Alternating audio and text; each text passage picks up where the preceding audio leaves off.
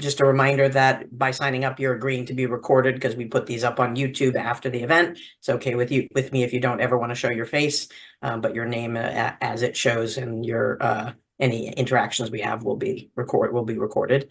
And we're doing this monthly, so it's usually the third Wednesday of the month. I'm looking at my schedule, and November we might actually shuffle a little bit just so we don't get so close to the Thanksgiving holiday week.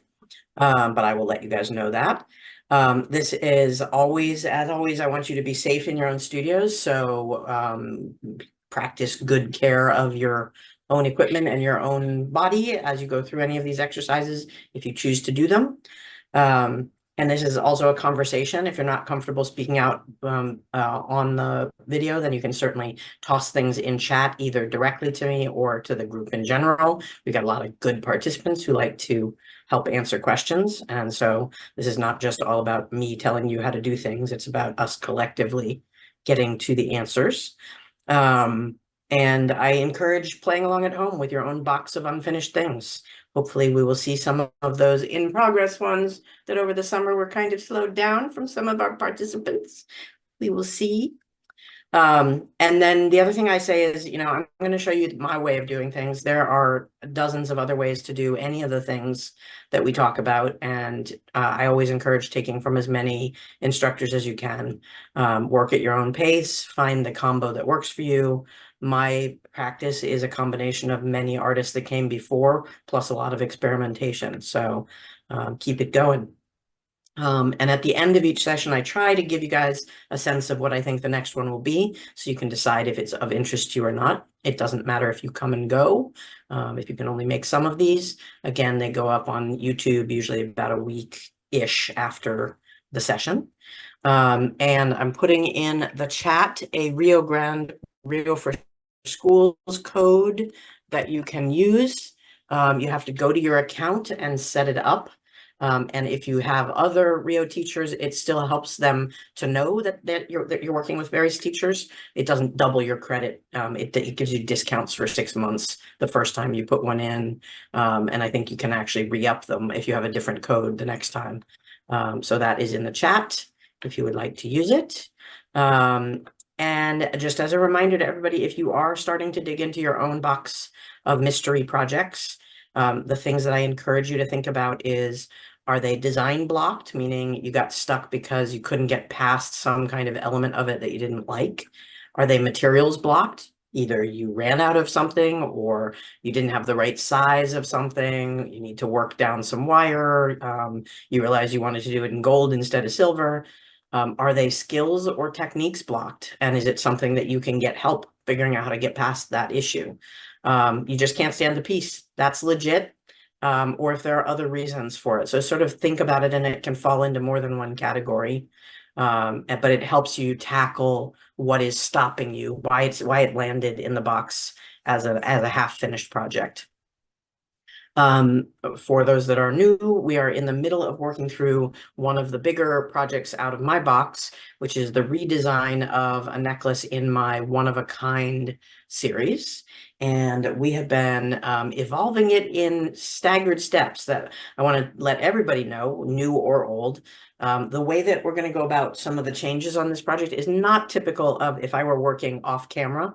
It's not quite the way I would go about a new design. I'm doing a lot of step back and think about it and give you guys some thoughts on it.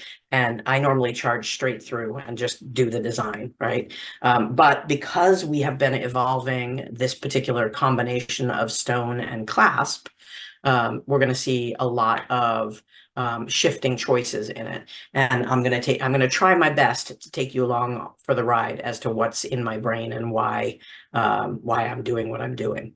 I realize I have to spotlight myself for you guys so that we can actually be seen. So that's sort of the background of how we got here. And we usually start out with a little bit of show and tell from everybody to see if anybody has something that they are stuck on or that they need some inspiration from the gang that's joined us. And does anybody have anything they would like to share? Or any questions? That's okay too. Wendy, you got something? All right, let me spotlight you. Well, I don't have it with me because Oh, okay.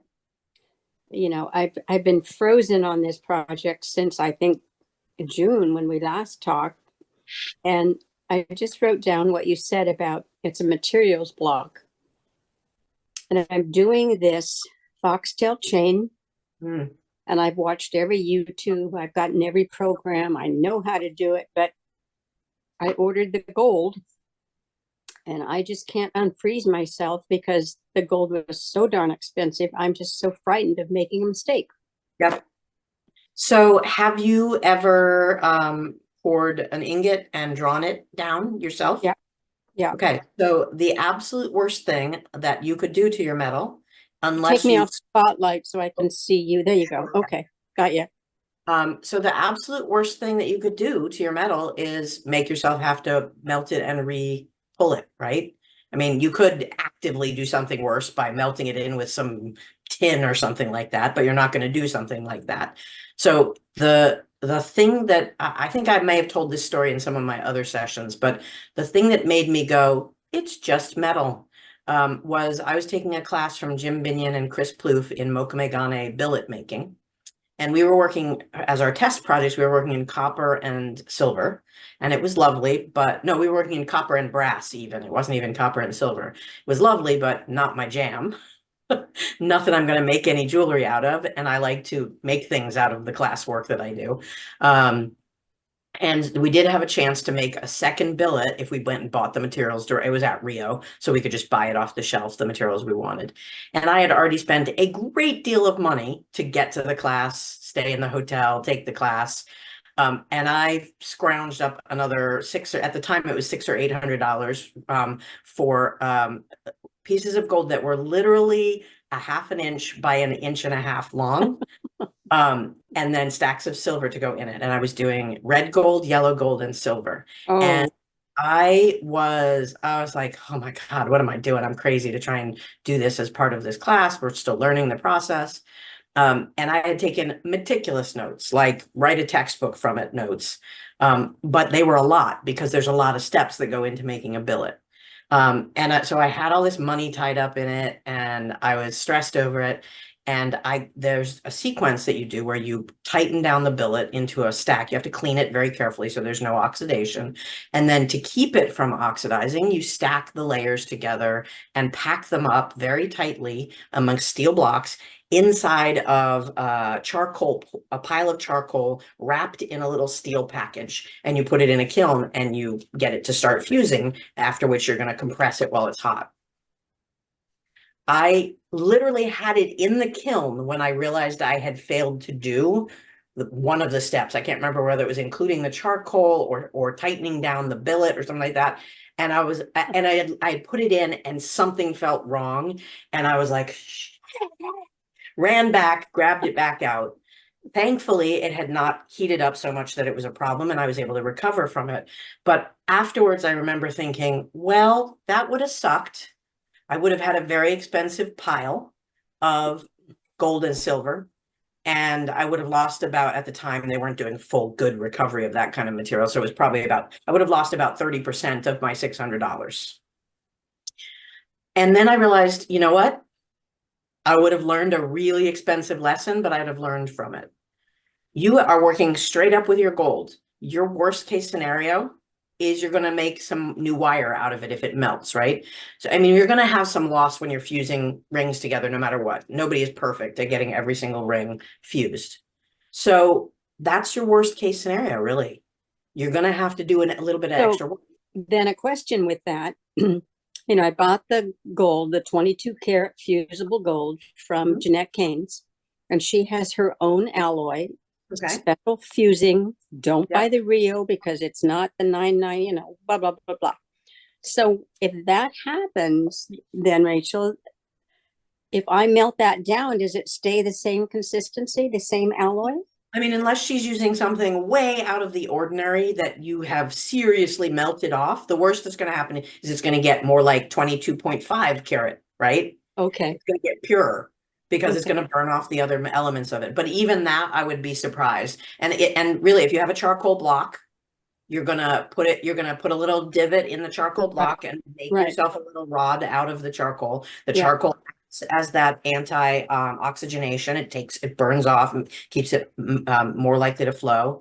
Super easy to do, and you just got to remember you always want to hammer it out to crystallize to break up the crystal forms before you start rolling it.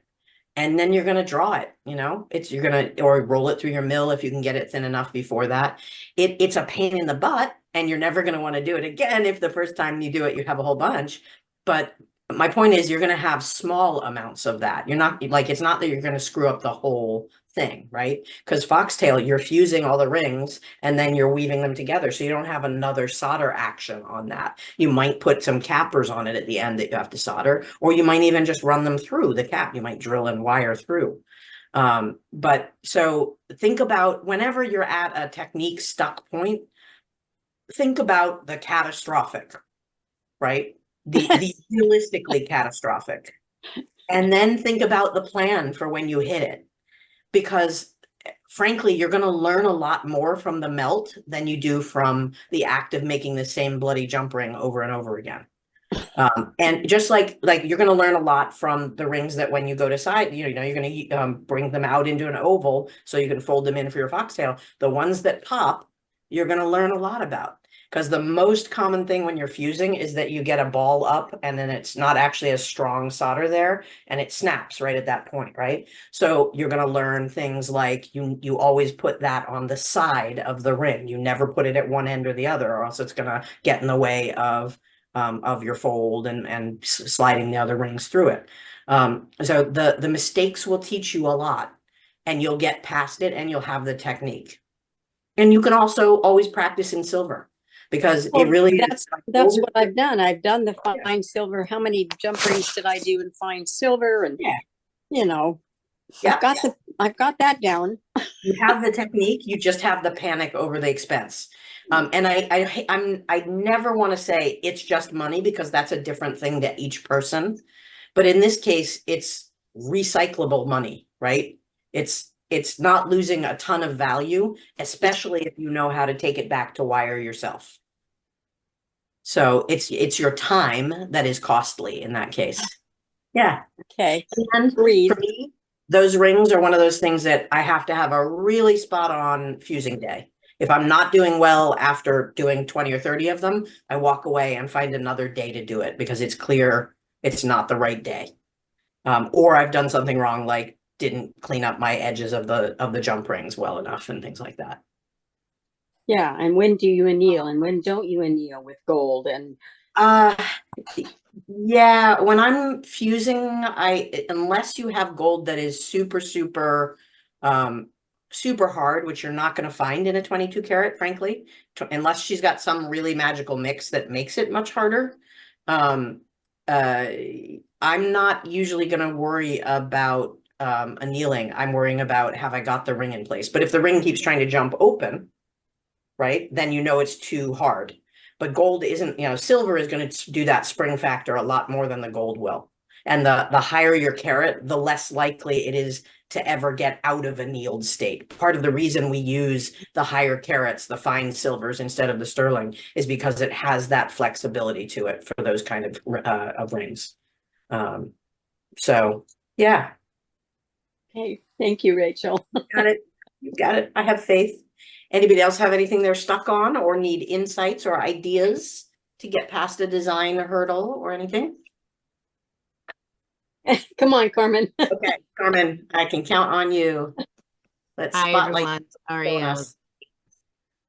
just saying hello.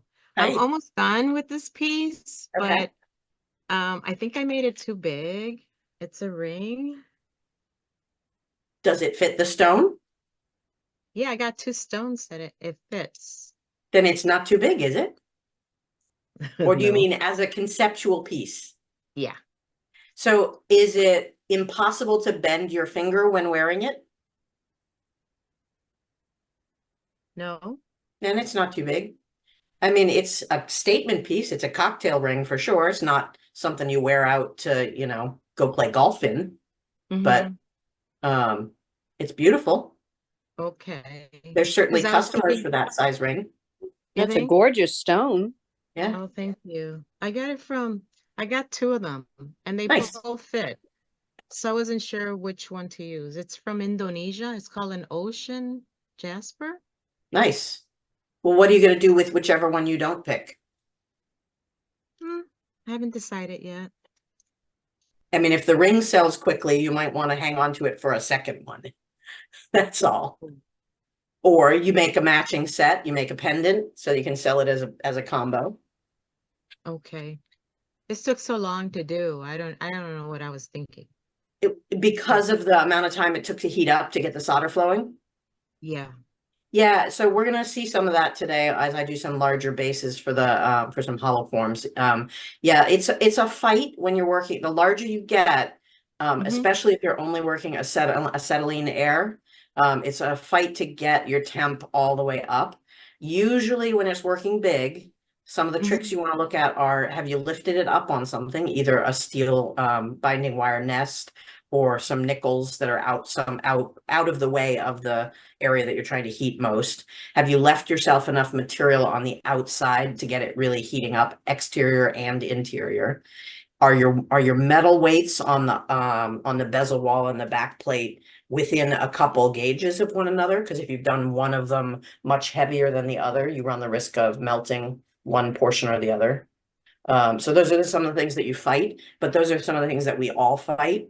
If I'm working really big on large stones, I'm often using a technique which we'll see again if we get to the hollow forms. I use my white crispy flux indicator. So I'll put down the paste flux, heat where my bezel belongs until I can then get a crispy line.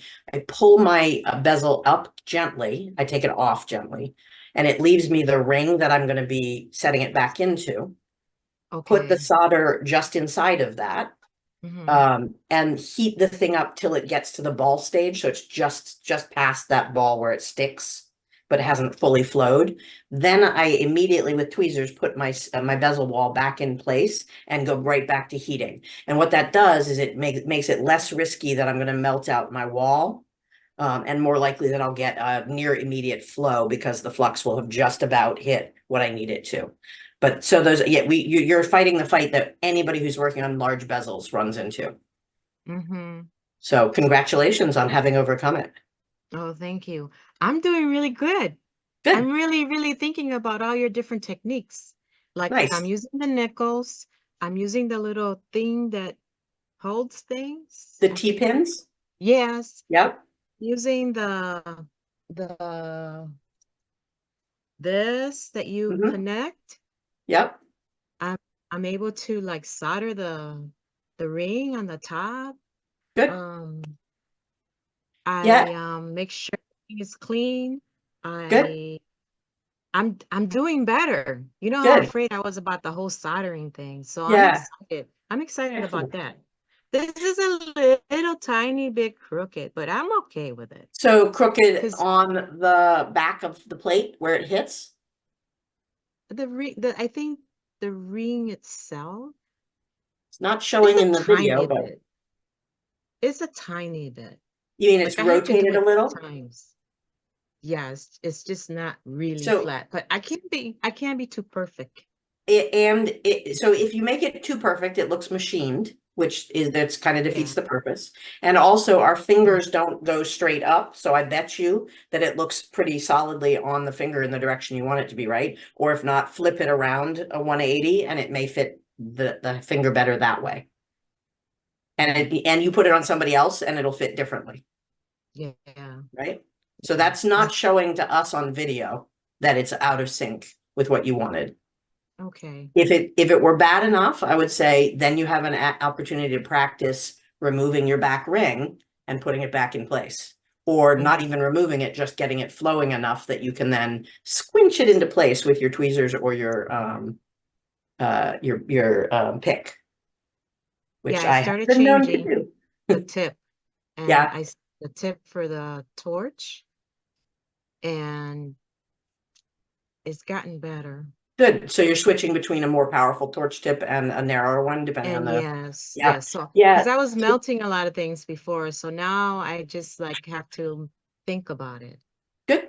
You thrill me to hear that you're actually taking the pieces apart, because what we're all going to find is that there's different techniques that are perfect for us for the same thing that somebody else uses a different technique for. Like I didn't used to use pick soldering at all, and you guys know, you see me pick up the pick 90% of the time at this point, right? So it's about what you learn your control with. You might have some mild tremors in your hand, so a pick isn't a great option for you, in which case pausing and turning off your torch and carefully placing with tweezers, absolutely a better approach for it. Or you might have trouble getting the tiniest little spots in or getting it to flow. And so you need to use little slightly bigger chunks of solder. It's dependent on what your needs are for your specific activity. So you don't have, you're just showing off now. You didn't have anything you needed help on. That's awesome. Thank you. Anybody else have something they want to share? Nancy? Well, I have something very simple. Let's see Okay. if I can show you. So this is a 4-prong in between 2 wires with a post. Yep. So, oops, it's an earring, right? Yep. Nice clean lines. I've done these before, Yep. and generally I curve them into a hoop, and that's nice. And on this pair, I've been like, should I just leave it straight? Should I add some balls or some other decoration down below? And then it would be a very long earring instead of a hoop. So inspire me. So are you turning it into a hoop after you've put that bezel in place? Yeah. Wow. Okay. Yeah. Bold It's hoop. going to be like a 3/4 hoop. Okay. So I'm just basically going to round it. I've done that before, and Okay. it's nice. Nice. And I'm just, I've done other ones similar to this that either have interior wire, some other, and left them very long. Right. Nice. Yep. So if I curve this, I'm not going to straighten it out again. I can always make more. They're not, the end all and be all of, technique, but they're functional. Yeah. I'm always a fan of long, light earrings. I love it. It's big and bold. Anybody have any ideas for variations on the theme here? I like the long. My thing is how is it like if the person goes like this?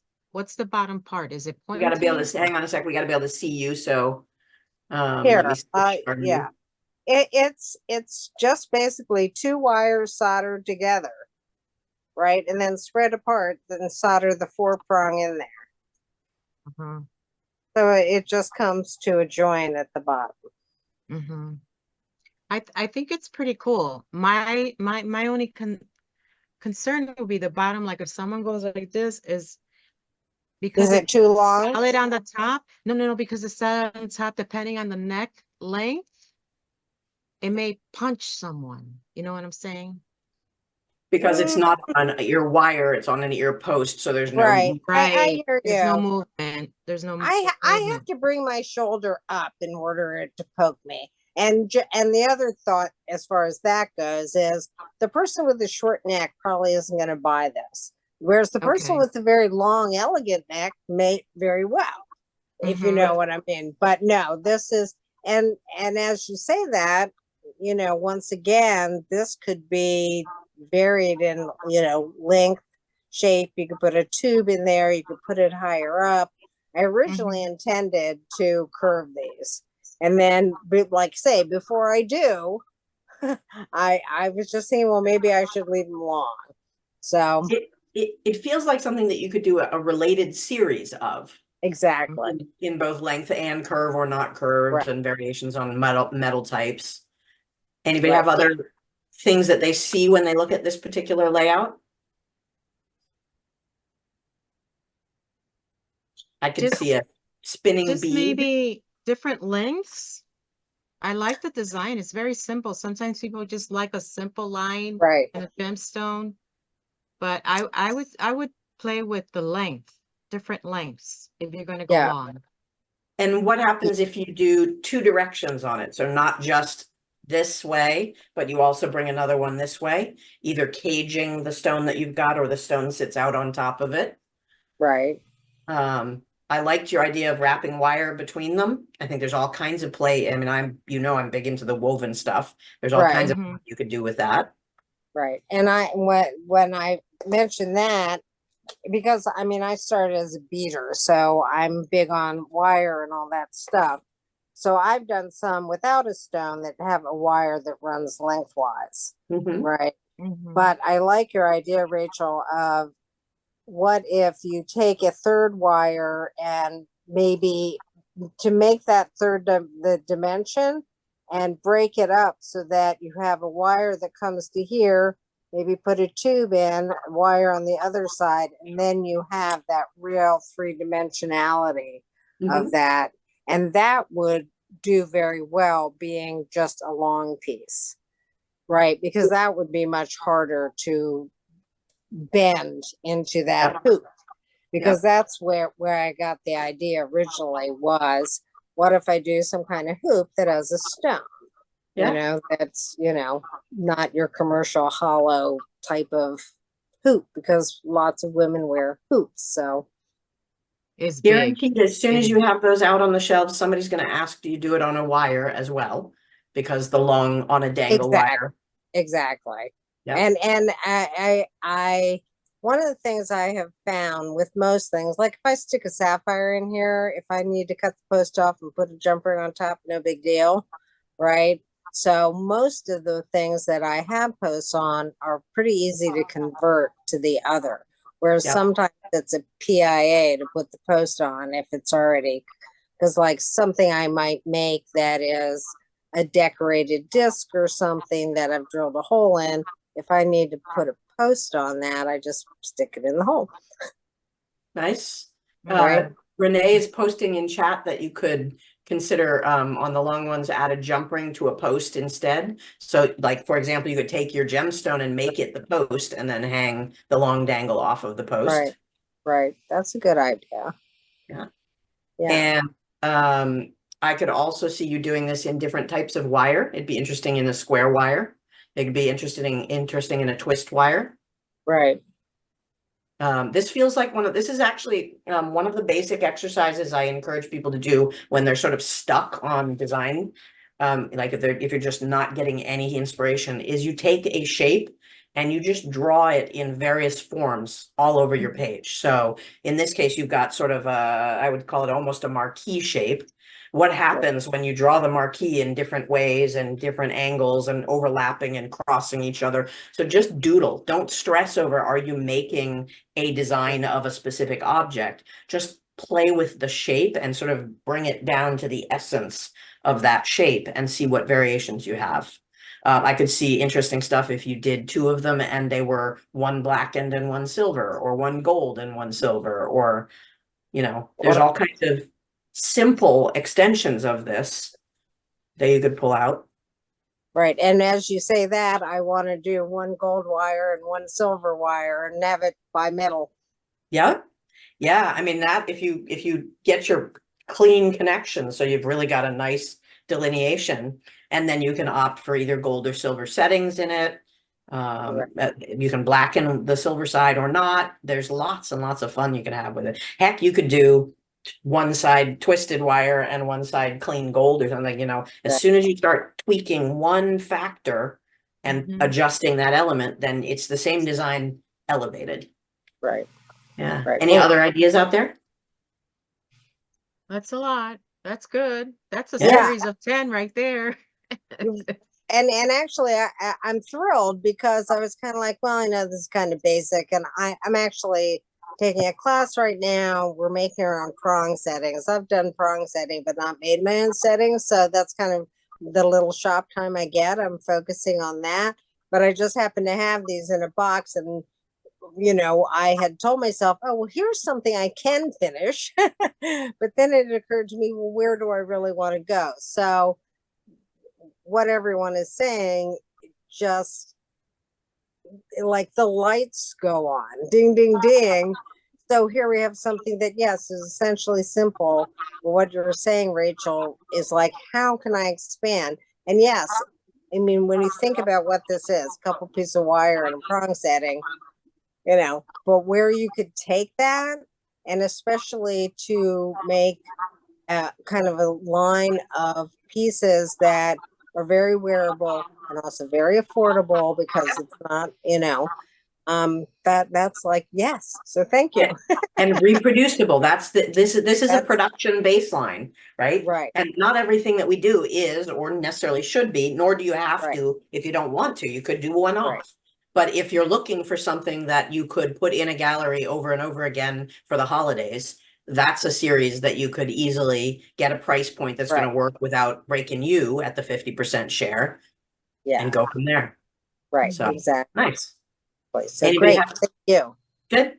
Anybody have something else they want to ask or share or ideate on?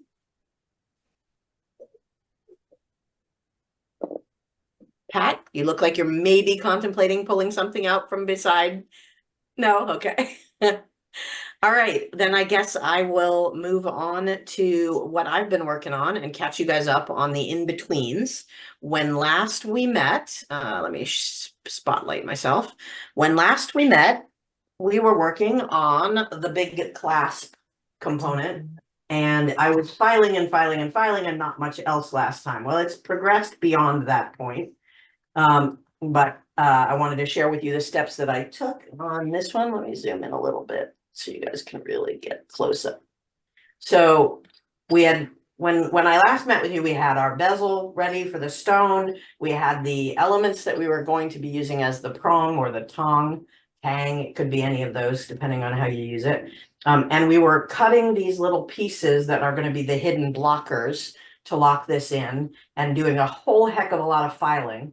At which point I was still realizing that our weak spot was this interior, this skinniest little tab, because as we found out in my mock-up, it broke off while I was just traveling with it. So I needed to find ways to strengthen it. Because it was at a solder seam and because it had that bend action every time I passed something by it, it was at high risk. And so when we last met, I was talking about, do I wrap the whole thing? Or do I put some kind of heavy gauge wire that I've folded on the outside? What I came up with was something a little more delicate, and still not super duper delicate, but I wrapped the entire upper wall over into the back plate in, I think this was a 20 gauge. And soldered it down. And so it was sweat solder and then finishing up. And it fought me hard. There were a couple spots that it really didn't want to flow the solder on. But what it's done is it strengthened my weakest area by making there be no actual crack in the seam, right? Because I've got a full wrap. It's still my weakest spot. It's just well strengthened at this point. And so I did a little bit of decorative. I followed the curve a little bit. I've still got to do some sanding and finishing on it. But you can see that it now has that little extra blip out. And I didn't want to make this wall totally thick. So I just did a little bit more of the curvature to sort of emulate the opposite side of this stone. So just to give it a little life instead of being a straight sheet all the way up. So that was what I did. I strengthened it with that. This was another one of those, we could have gone a few different ways. I did try laying out some rectangle wire that I just put a bend in, and it just looked clunky because it broke up the line of how these two connected. And I wanted something that was a little subtler when they got connected. And then the other thing I did was I positioned my blockers, which because they're not going to be seen, I wasn't too concerned about them all being neat. But what they did have to have was exactly enough material so that when we go into the slot, when I fold down, I can get just tucked behind there, because that's what's keeping this from reopening, right? So this is the closed clasp. It's not perfectly locked in. It could be a tighter snap, but I needed a little bit of wiggle room to get in and out.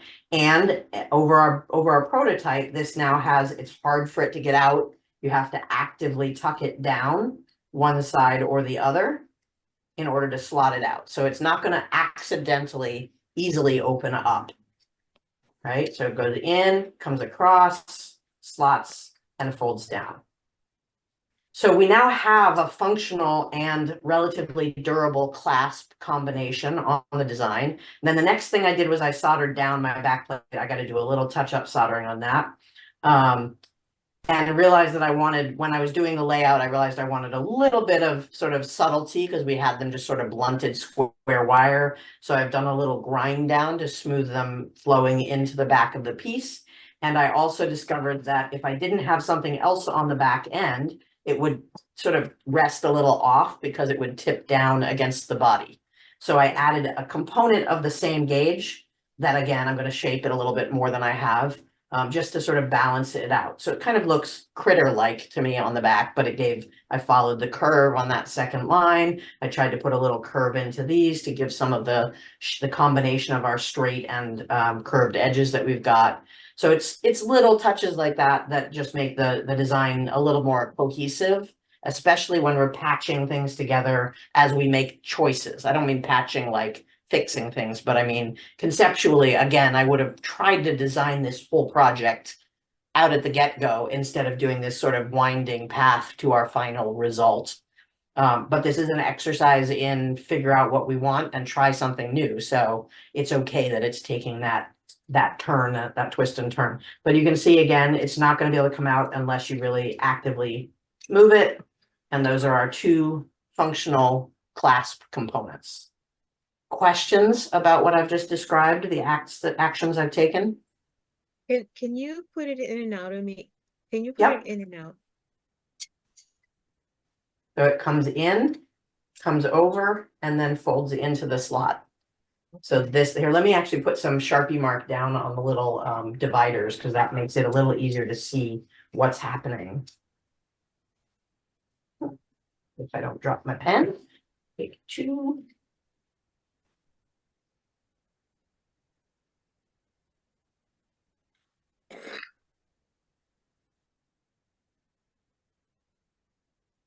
So these are raised up little blocks. They're just, I think it was 16 gauge square wire that I used, a little thicker than the actual tabs.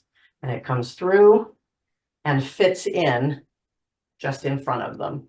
So it can't just slide that way once it's in place. Mm-hmm. Okay. And then again, because I have made my actual slot a little narrower than the total width here, I have to actually actively tilt it one way or the other to slot it in before it'll do its slide back and forth. Mm-hmm. More questions? Quite amazing. I love what you added in the back. Oh, good. Thank you. Yeah, I mean, yeah, it adds it, like the person could probably flip it if they wanted to and use both sides. Can they? It might create tension. This is counting a little bit. This kind of clasp is counting a little bit that it's resting flat against something. So I can't say that I would encourage doing that. It's going to put a weird pull because these aren't the same height. So it'll put tension in a way that I wouldn't want it. So any other questions about the function or the construction work that I did between last session and this one? Hi, Rachel, it's Georgia. I have a quick question, which is, given the size of the piece, how long is the actual necklace? I'm just thinking in terms of how you lift it up off the skin and do it in reverse to put it together and undo it. Right, so it can't be close to the throat is a good point. And you actually have stepped to one of the things that we're going to talk about today that when I got this far, I went, my original design is looking very lightweight. This was the chain that we were going to put around it.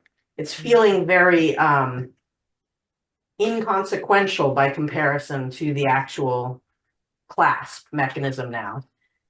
I'm not sure that it's too inconsequential, but one of the things that I want to experiment with is, should I now be making a set of equally consequential, sort of half, not necessarily weight, but a feeling of a similar weight of piece instead of this light, airy, open thing. There's something appealing to me about both sides, and we're going to work through the exercise in a way that I wouldn't if I were doing this just for a straight, you know, I'm designing it right out of the gate.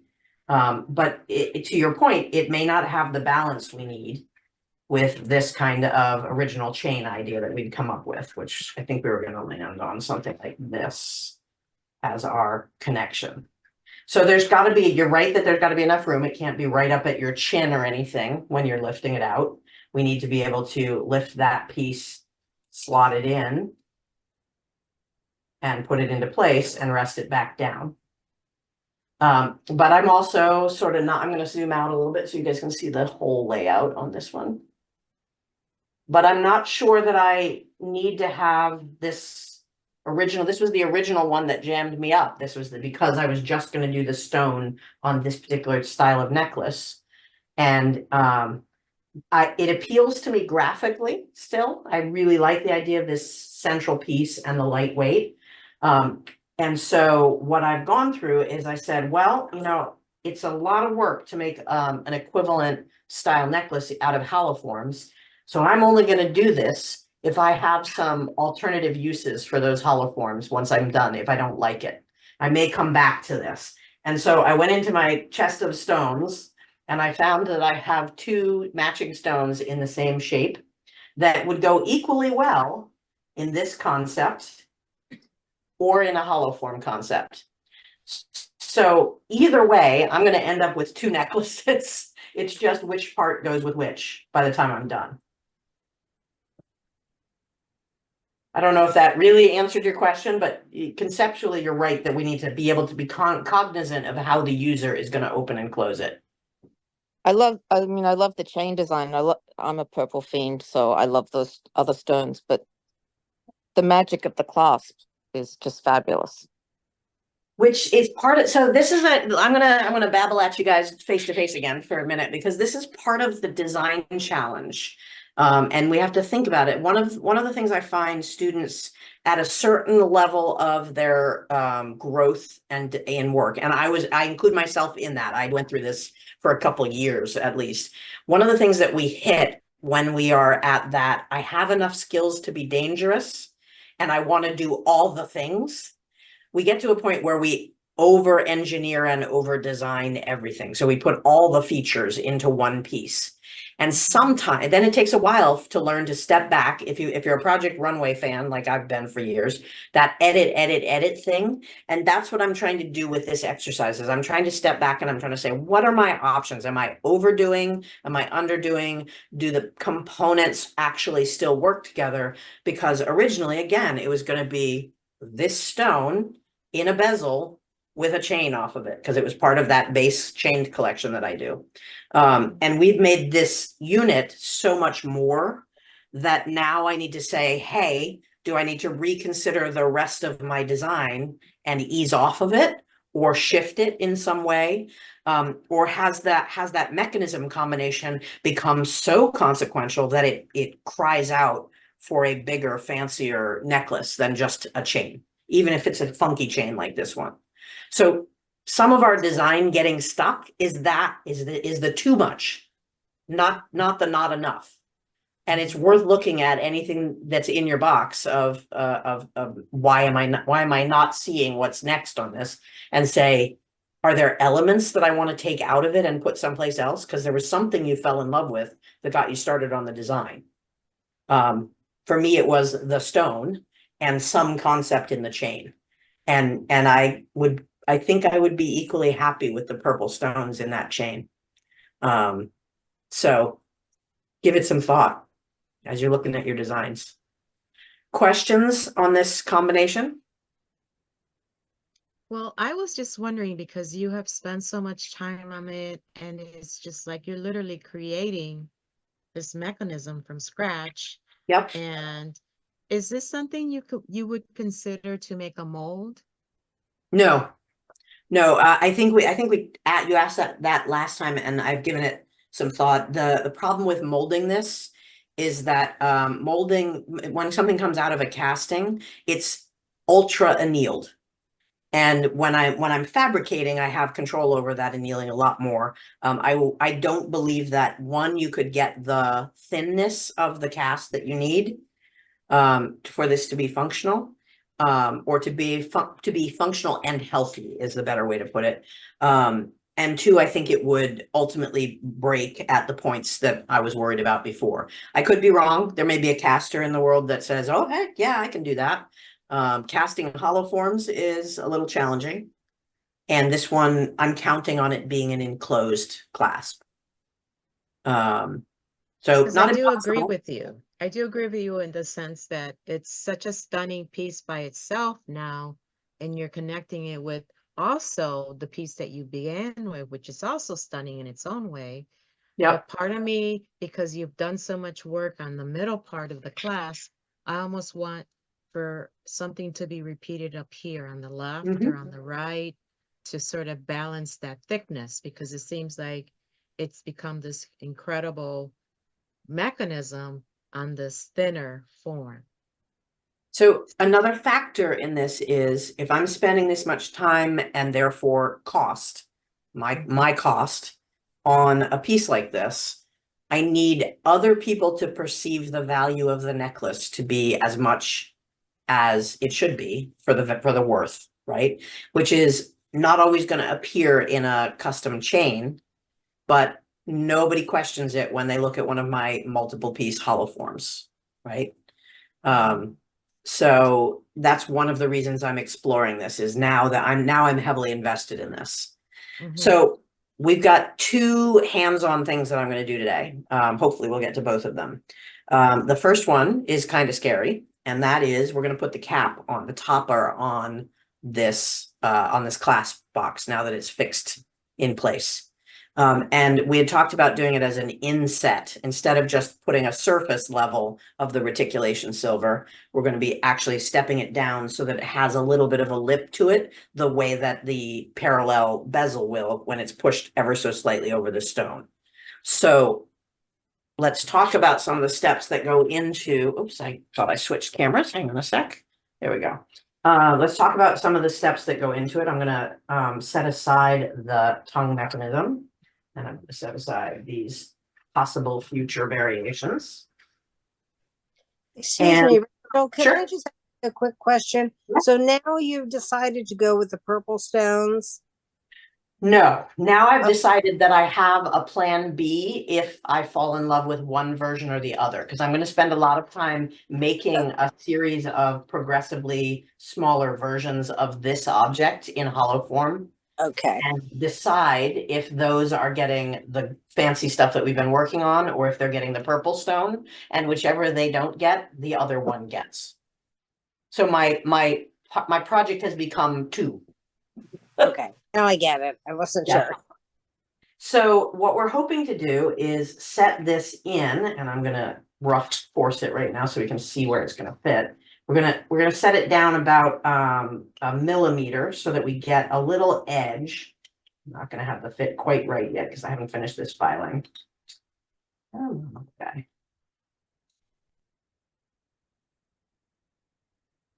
So I can show you, but so I want it sort of set down back from the top edge so that it's not just resting on top. And that's going to give a little bit of elegance around the hollow form. And what I need for that is a really good fit, which I had gotten close to with leaving just a little bit of filing I needed to do in these corners. So it should be setting down all the way around the piece. And it's because it's reticulation, it's not going to be even, but it's going to be close to even by the time I'm done. I don't want this corner lift, for example. It's all going to have a similar depth of lip. And I have some challenging stuff because I don't want any of my already built-in units to move around while I'm doing it, which between the reticulation silver and the complexity of the interior mechanism means I'm going to actually I'll start with medium and see if it's flowing, but I'll probably have to move down to easy solder to get it in place when I'm done. But the trick on these is, how do I get that inset and get it staying there so it doesn't shift on me while I am soldering it in place? So first step is make sure we have the really clean fit, and ideally as close fitting as I can everywhere. And some of this is going to be a little plier action and some of it's going to be a little file action. I need to take a tiny smidge off this corner that's being finicky. So I'm just gonna mark that up a little bit. And I either need to use my pliers to pull this gap out a little bit right there, or I need to file it as well. And what I'm looking for is the spots where it's touching a little too snugly on the edge. So I have done most of the work off camera because I spent hours giving you guys filing lessons the other day. And I didn't want to make you have to go through that. So we'll hopefully get to this pretty quickly. This corner is really just to take it down. And this is the kind of, we're down to the point at which you need to really carefully watch you don't want to do more than a few strokes at a time and test it, or a small movement at a time. So I'm going to do this little bit of adjust with the pliers, and I'm going to check for those two changes. Because even that tiny little bit makes all the difference in the world. So my back corner just needed that little smidge. And what I'm looking for is, can I fit it in with difficulty? And the answer is I can now fit it in everywhere except I think my back corner needs a tiny, tiny bit more. But I really want my fit as close as I can to my walls, and especially the corners that are going to really support it.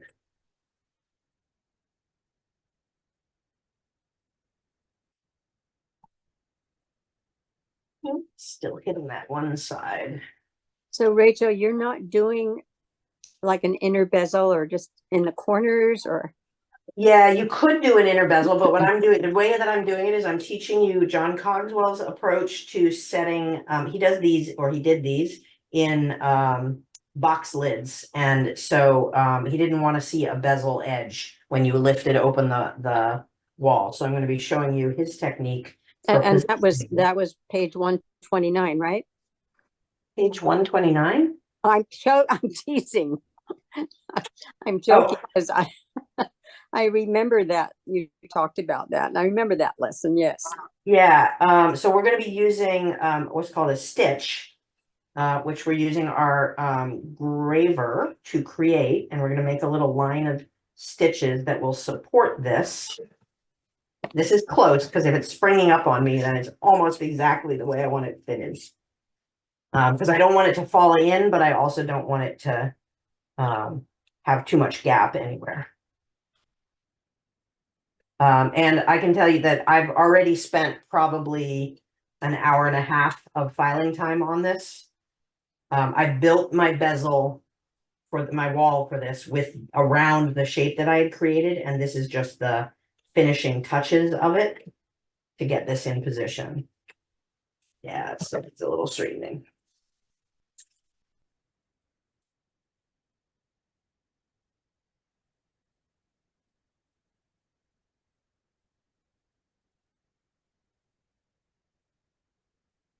And the other thing that we have as a challenge happen here is that we can't make this so low that it interferes with where the clasp mechanism is going to come in. Should be doing that with something gentler. That is not. I don't have a teeny tiny little what I really like is a very small nylon hammer, and I don't have a tiny nylon hammer, but I should make one of these days. Let's see, what else do I have that I can work with? Go.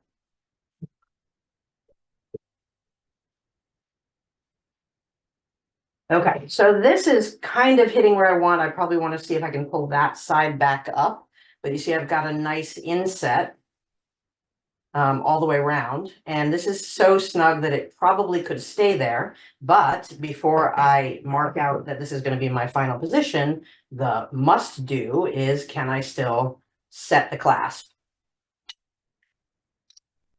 Because it's now limited to how high it can slide along. Yay, I can.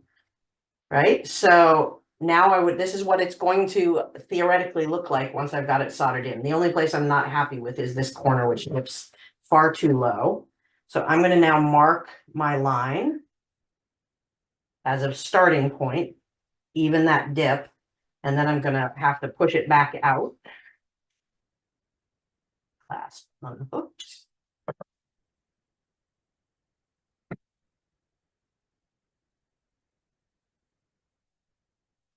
And I've got to do a little tweaking to that dipped down side, which I can do with pliers. I can do with hammering if I need to.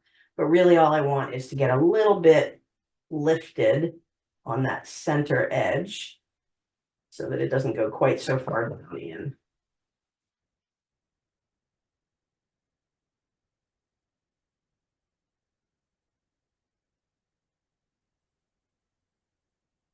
You can see it's like that you have to have it set in just exactly the way you want it set in order to give. Otherwise one corner will tip, the other corner will tip. Just play around till you get a snug fit. Otherwise it goes through on one corner like that.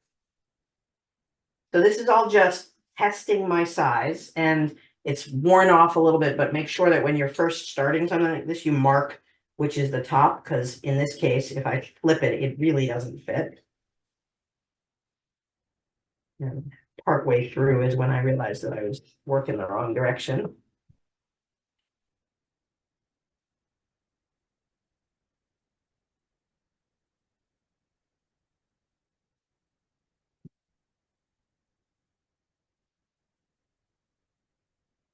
I may have to put my first stitch in just to give it something to lock into. But let's see if I can get it one more test fit before I go further.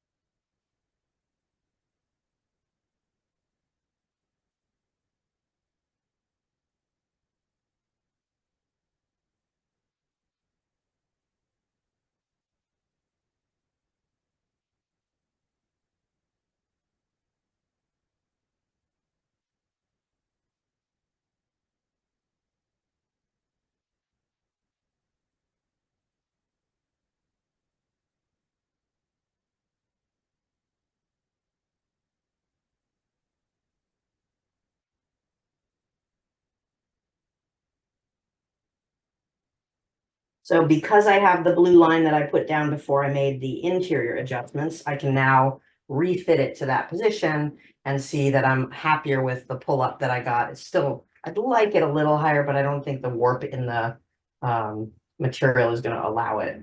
So I now know that I have a decent enough fit. There's a gap on one edge here that's going to give me a little grief when I'm soldering, but I'm not terribly worried.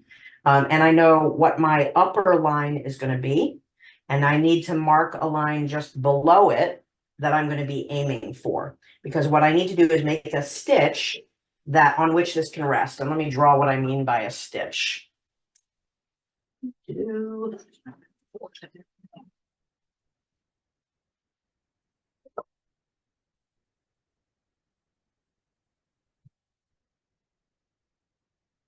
So we have these walls that we've got with our mechanisms and all of that jazz in here where they're going to be slotting in.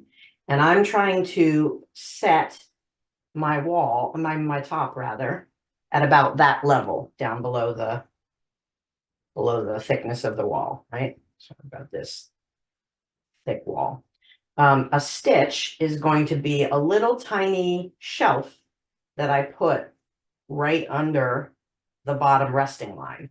And if I were to look at it side on, if I were looking at the wall, it would be basically sticking out metal like this so that it creates a little tiny shelf. And I do it with a graver, and I'm going to basically just push it until I can create the little stitch. So I'm pushing in here and it rolls the metal up to make the stitch. So I'll be pushing from my first line down to where it needs to rest.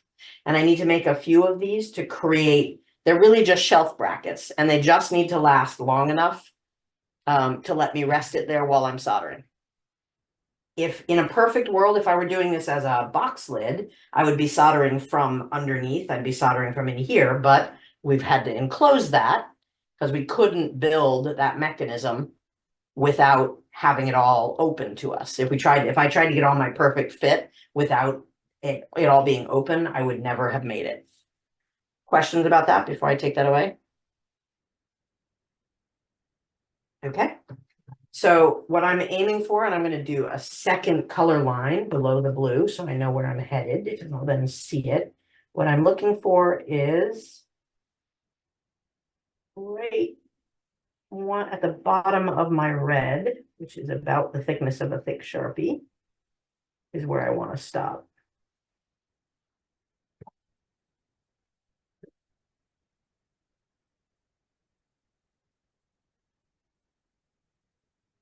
So I'm going to take that as my guideline, starting right at the blue and pushing down to the red. Now I want to do this only with a super sharp, well sharpened graver. Rachel, Which- could I see the red and the blue line? Could you Yes, bring that up? absolutely. So blue is what I traced from the above.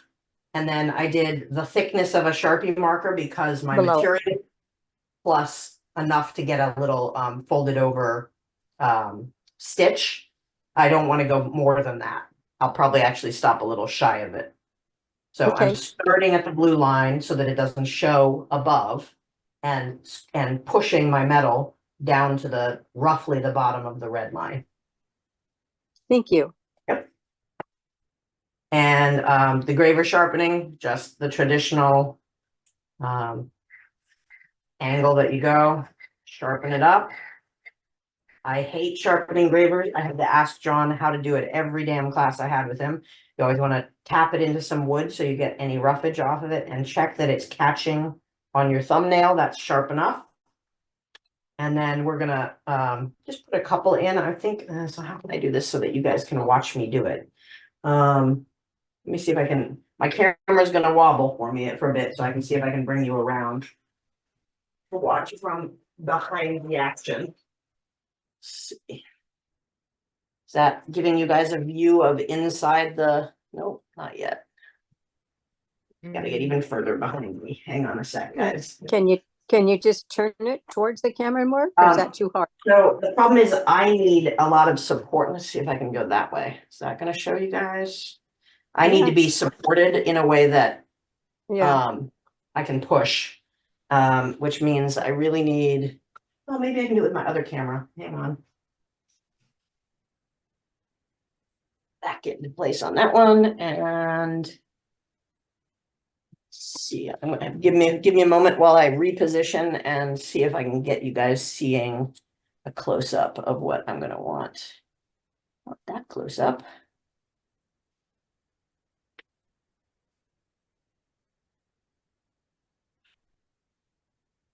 That's gonna be better than the other camera here. I'm still gonna be blocking a lot of it. Is that good? And what's the shape of the graver? Sorry. Oh, I am using, oh God, I never remember. I'm gonna have to give you the number because I don't remember this is a 52. Okay. So Look, it's probably a Pardon? straight. Is it I a think straight? it's onglet actually, I think. Okay. I always have a hard time telling the onglets from the rounds. But if you look up a 52, they all are the same. So I'm just gonna pick a couple spots again, starting at my blue. Is that in camera at all for you guys? Oh, man. If only I didn't Yes. need hands to do this. So I'm gonna show you and then I'm gonna move into position. So what I'm doing is not at this angle, but at the angle that's totally gonna block your view. I'm gonna be doing a push in gently and then wiggle, wiggle, wiggle, wiggle back and forth. So I'm basically sort of walking it back and forth until it picks up the stitch that I need. But I have to do it at a steeper angle. Is that at all visible to you guys? Yes. Okay, good. So I'm sticking it in and then I'm doing this wiggle, wiggle, wiggle, wiggle, wiggle, wiggle, wiggle, wiggle. It's not a very big thing, but when I get to the end of it, I just set it upright by doing a little lift. And let me see if I can zoom in close enough on the other camera to show you guys what that stitch looks like. This is where my nearsighted and farsighted stuff doesn't help me much. So here's my stitch. And you're not gonna see that stitch really. You see the little sparkle of silver lifted up over the red? Yeah, I don't think I can get in any of Yes. those. Oh, I can. See if I can get in a little closer. Come on, focus. There we go. Yeah. So that little tiny stitch, we're gonna make a bunch of those. And that's gonna be the stopper. So I'll have to be careful, that little tapping in with the hammer and chopstick that I was doing. I have to not push so hard that it pops past it. But I'm gonna make enough of them that they sort of hang out there, all at that same level, and that'll be my resting point. And this is not intended, like this is not a shelf that carries a lot of weight. This is a shelf that says, hey, when the heat causes things to move around a little bit, don't let it move below this point. That's all we're aiming for, is so that it doesn't collapse down and say solder down on top of all of these little pieces, right? We know our height that we're trying to aim for. So that's all I'm doing with these stitches. Let me zoom back out, away, get back out and switch to the view that you'll be able to see.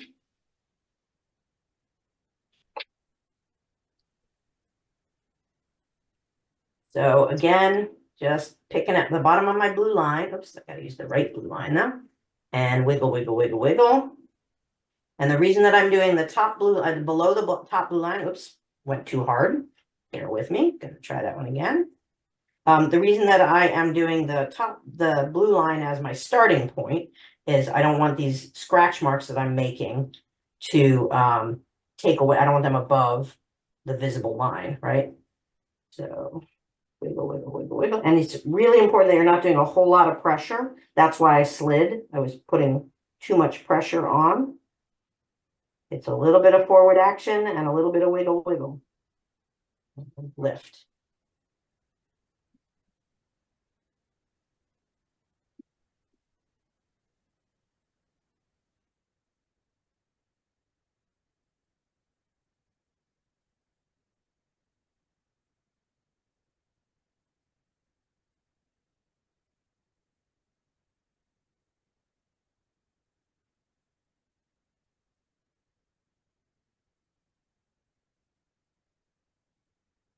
And if you feel like you're not getting traction after a while, resharpen your graver.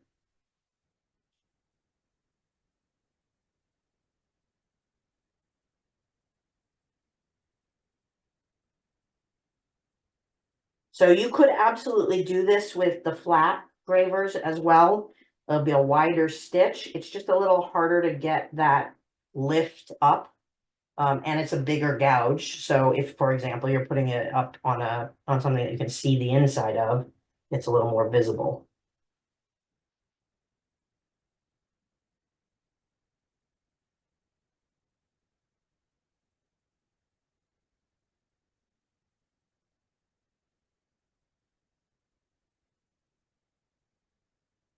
If you break one of them off, you're not going to have a whole lot of luck trying to rebuild it. Or even if you make one too short, it's hard to go back and try and add to it. Just scoot over a little bit and do it as a next door neighbor instead. Now, this was the same technique that you showed us before with the book when we were trying to hold a gemstone, right? Yep.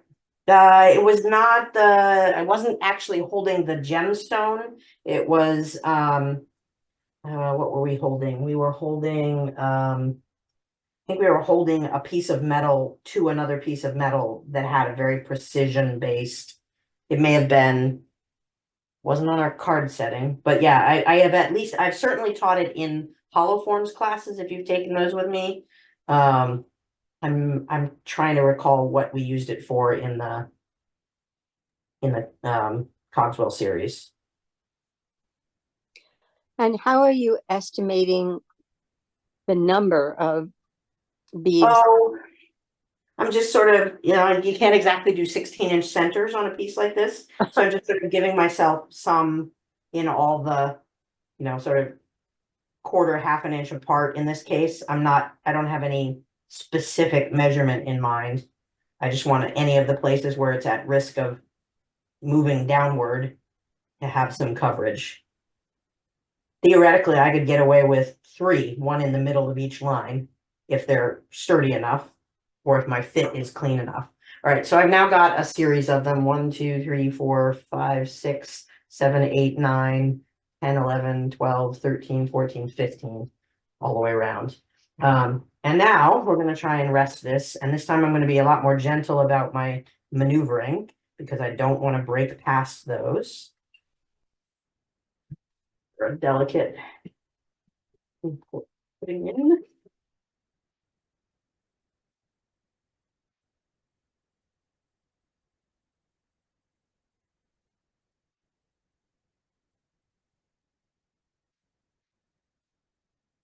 And I'm watching that blue line that I set myself up for.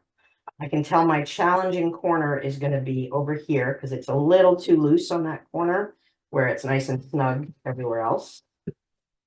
Let's tip up out of the way.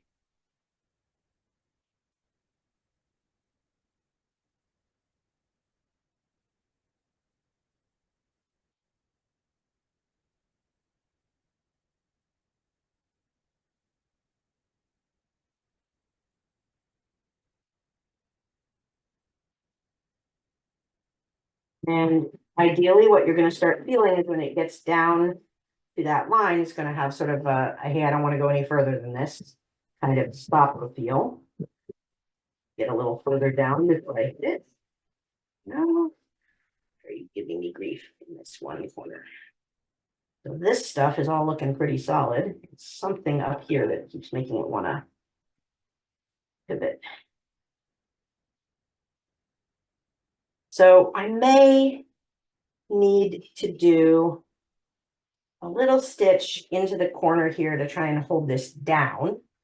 Because it keeps wanting to spring back up. Maybe it's this corner that's giving me the problem.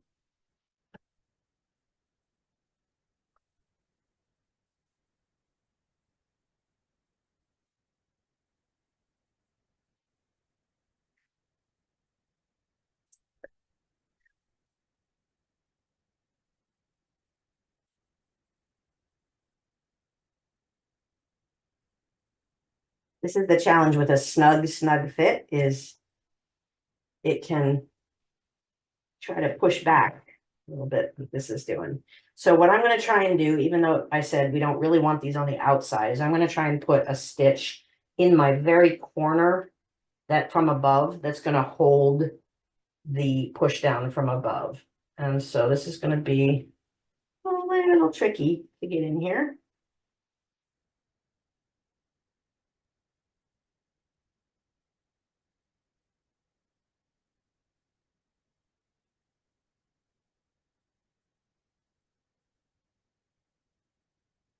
So even that tiny little stitch is enough to hold it, but I'm suspicious of this corner, so I'm going to actually put one in from each corner, each edge on the corner, see if I can get a little bit more confidence in it staying in place.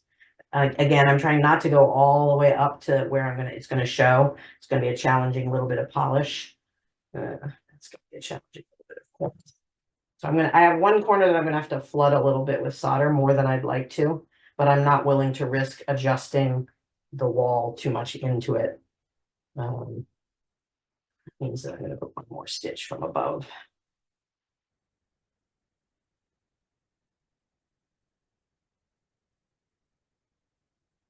Okay, so we now have fairly decent positioning. And I want to, once again, before I go to the actual solder, I'm going to check to make sure that I can still put my clasp back together. If nothing I've done has mangled it. I can. So we now have a target. I'm doing this very gently at this point so I don't knock things out of place as I just test.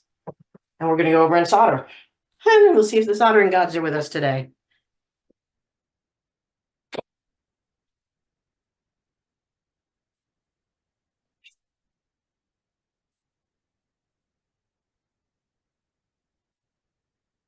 Okay, so I'm going to do a couple of things to help give myself a little leeway. I'm going to put this up on something because my biggest worry is that I'm going to overheat the little oven inside and get my pieces moving around in there, which will cause me to weep incredibly after all of that work I did to get things lined up.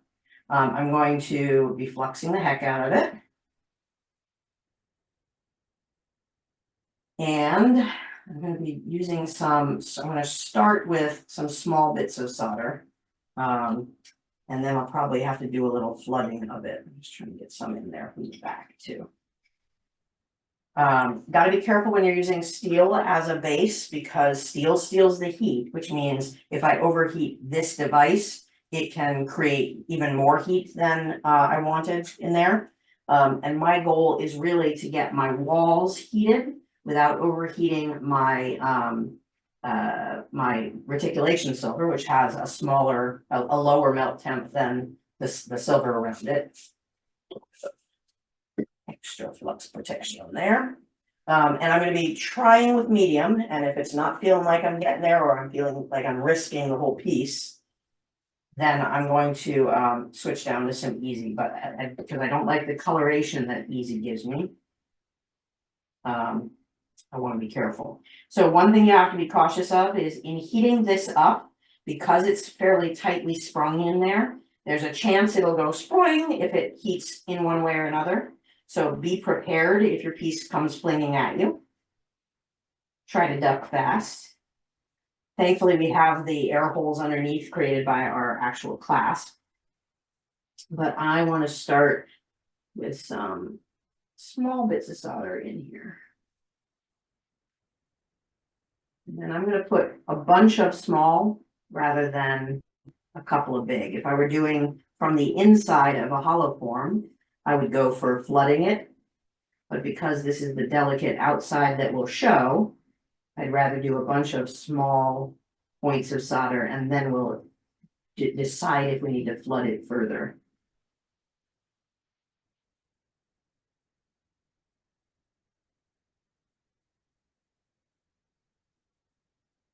So in this case, these are just little bits of chip solder. I think my exception is this corner that I know is gapped more than I want it to be. I'm going to already shove some consequential solder in there.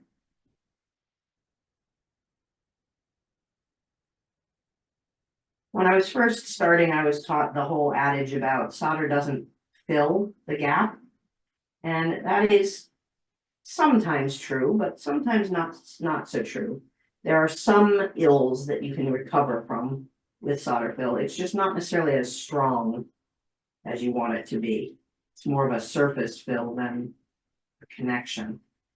So the principle of get as clean a fit as you can still holds. And silver is much more forgiving than gold is on gapping.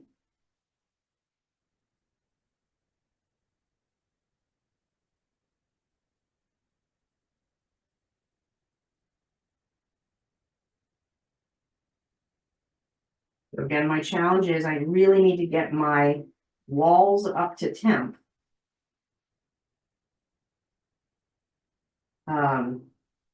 Before doing anything anywhere else. And my walls are fairly thick because we need it strong for the sake of this particular clasp mechanism. So I'm going to work on heating my walls a little bit.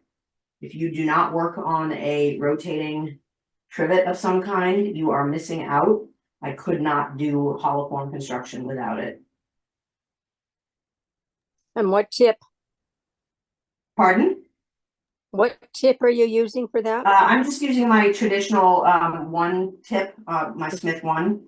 I don't want to overheat this because the risk is that I'm going to melt the reticulation silver or something inside. And also I'm trying to heat more from the back at first before I go to the front where the risky bits are.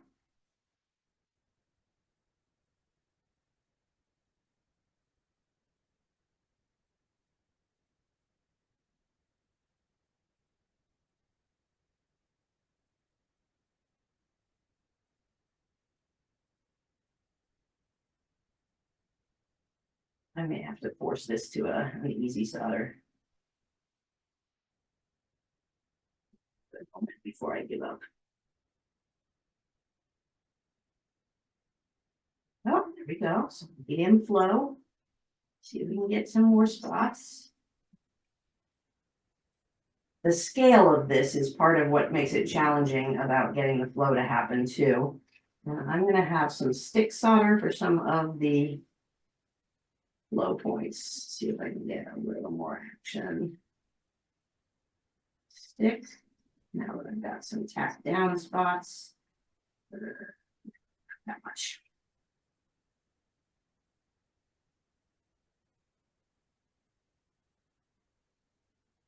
There we go. Now we're starting to see some flow.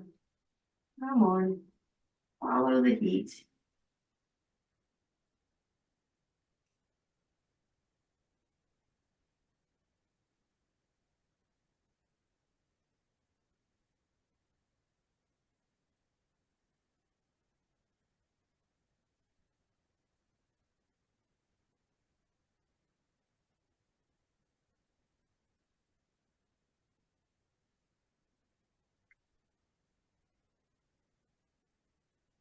One thing you got to watch out for when you're doing the reticulation is that flash that we're seeing up at the top. We're going to make sure that it's not the copper and the silver separating out. Messy.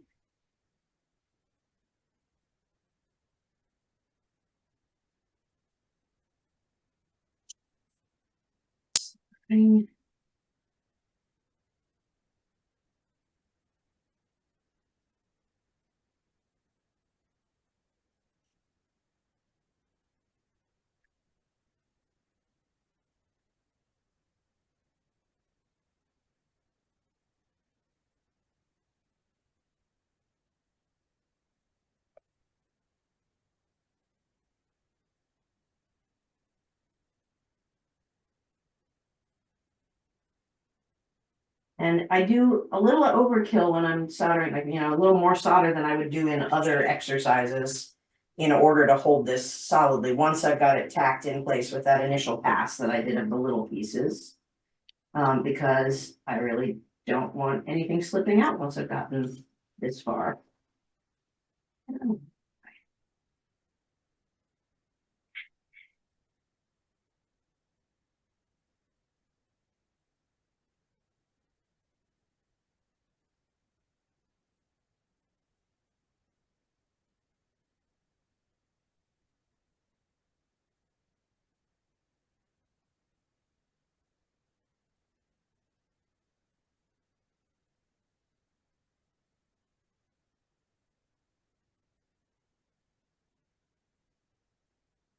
There we go. That was the flow that I was looking for.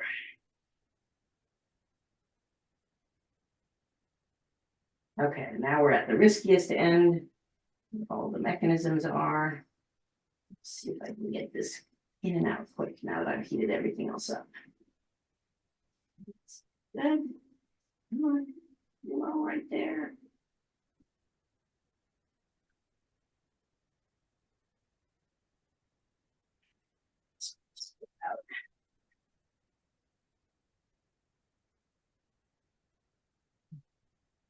Okay. This is blackened enough from all of that work that I'm gonna have to keep an eye on. Oh yeah, I definitely gotta get some reflow in that one corner. Before I pickle, I'm going to try and get a little bit more flow on that because I don't want to take the heat up again if I don't have to.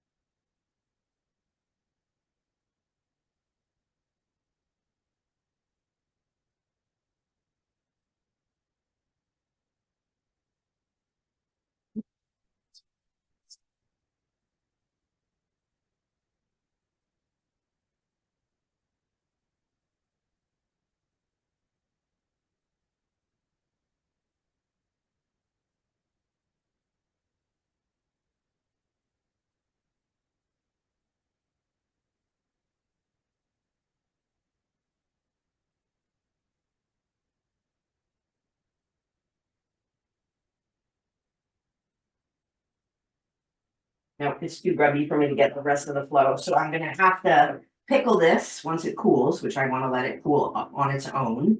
And then we'll come back in and check all the spots that did and didn't get solder. We'll also be checking to make sure that our things haven't moved out enough that we can't clasp it anymore. But broadly, we've got most of the solder line run very sloppily, unfortunately, in a couple spots. So it's in there solid. Now it's just about filling in some of the there's a little bit of gap up at the front. There's a little bit of gap right along here where it started to flow and then got caught. So I'll have to do a little touch up flow, and that may be easier with medium solder at this point, but I may be stupid and try it again with, I mean, maybe easier with easy. I may be stupid and still try to get it into the medium if I can get it clean enough. So we're gonna let that cool. Any questions on that crazy soldering intensity to get us a hollow form covered in, packed in an inset like that? That was so cool, Rachel. That's really good. It's been a while since I did an inset like that, so I'm a little shaky on it, but yeah, it's a fun one. It's got such an elegant look. Maybe I didn't bring over the box that has that example. Let me do that. How to box out. Oh yeah, here we go. So this is this is from, I'm on the wrong camera. This is from John's box class. And so this is done with that inset technique, right? And I just added some decorative elements on top of it. But it gives such a really like an elevated look to me. This is in dire need of polishing, but you can create such a nice advanced depth to it, more so than a traditional flat box. And it can be any shape as long as you can recreate it in set, right? So this one was an example of how do you do a hinge on a curve, and how you do the inset reticulation. It doesn't have to be reticulation. You can use any material you want. You can use textured metal. You can use mokume. You can even put gaps in it. You can cut, pierce it, and so on after you're done. But I really like the look. So, questions? Get back to actual camera view on this one. There we go. Oh, and I'm zoomed in, aren't I? That's why I look so huge there. I think I'm back to normal. There we go. Any questions on the steps that go into that? Yeah, I was wondering, like, have you been using hard solder all along when No. you added everything?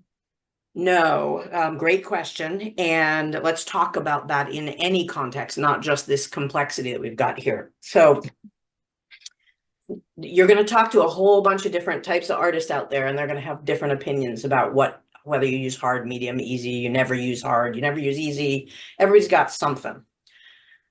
The way that solder works broadly is a piece of the material, so a segment of the material is something that will burn off to a certain degree as you heat it, right?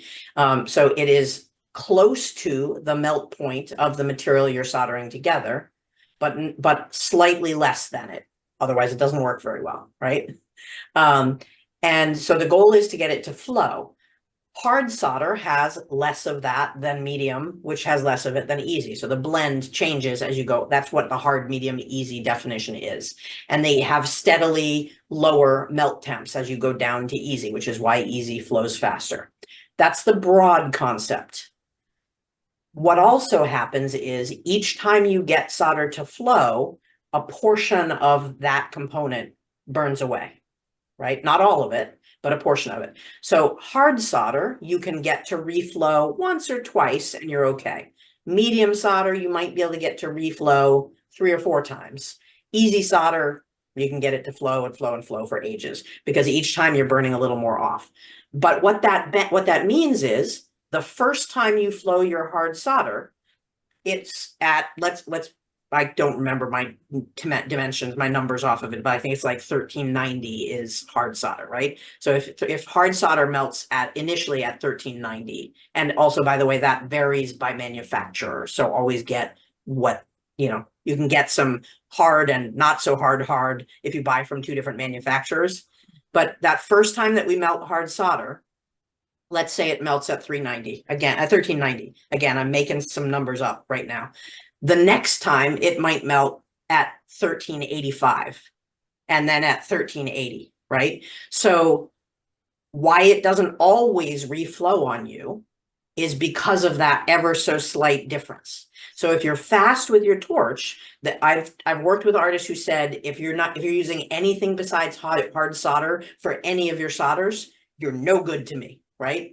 You have to use nothing but hard solder. Forget about that medium and easy. And what they do is they get really good at that tiny temperature differential of I've put most of it together in one swoop with the hard solder, and then I'm putting hard solder over on this side, but I'm not heating up that area to quite the temperature it was, so it's melting again. So when you can, and this is one of those skills expansion things, when you can, try to use the same solder for a couple exercises in a row on the same piece. But know that there's going to be situations that'll make it really hard for you. And so one of the early questions I get from new students is, well, what happens if I have 4 solder activities that I need to do? I only have hard, medium, and easy. And the answer is, yeah, you have to figure that out. So for me, 98% of what I do, maybe even 99%, is hard or medium. My easy solder sits so long that it tarnishes, right?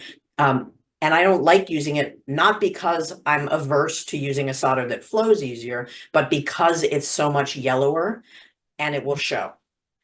Now, John would always save the easy for putting on his gemstone, his settings, because he wants them to be able to come off easily if someone is doing a repair.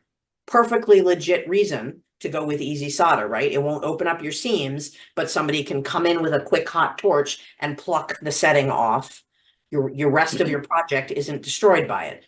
Very good reason. So these are some of the things you have to balance is how many adjustments do you have to make? How far away from each other are they? You know, if you've got a whole bunch of tiny little delicate prongs, it's hard to do that all in one fell swoop. So there's no shame in using a blend of hard and medium if you're first practicing your prong settings that way. But ideally, you'll get good enough and fast enough and using a delicate enough touch that you'll be able to do hard, even if you have to do it in several passes of the torch, because it makes for a less likely to come apart when other heat is applied settings, right?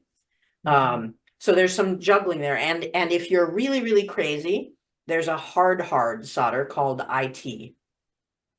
Also known as eutectic solder. Also used for enameling because it doesn't have the elements that interfere with holding down solder. I mean, holding down enamel. I can't remember what component it is that is, I think it's nickel or something that's the problem. So there is it's extra hard solder basically. And there are people who will, instead of starting with hard, they start with IT solder. It is a pain in the butt to flow and it does not want to flow a second time, right? It's this close to the silver temperature melt. So those are the things I think about. And in the case of this clasp, that means that when I made my exterior wall, I seamed the seam with hard solder. And when I put it down with medium. And when I did all of the little pieces inside and the piece outside, which was the extra surprise that I had to deal with, those were all done with medium solder. Would it have been problematic to use a blend of medium and easy? No, it's just that it would have showed much more. And I knew because I was doing that wrapper, I knew it was going to be sloppy because I was doing a wide, weird angle wrap on that thing.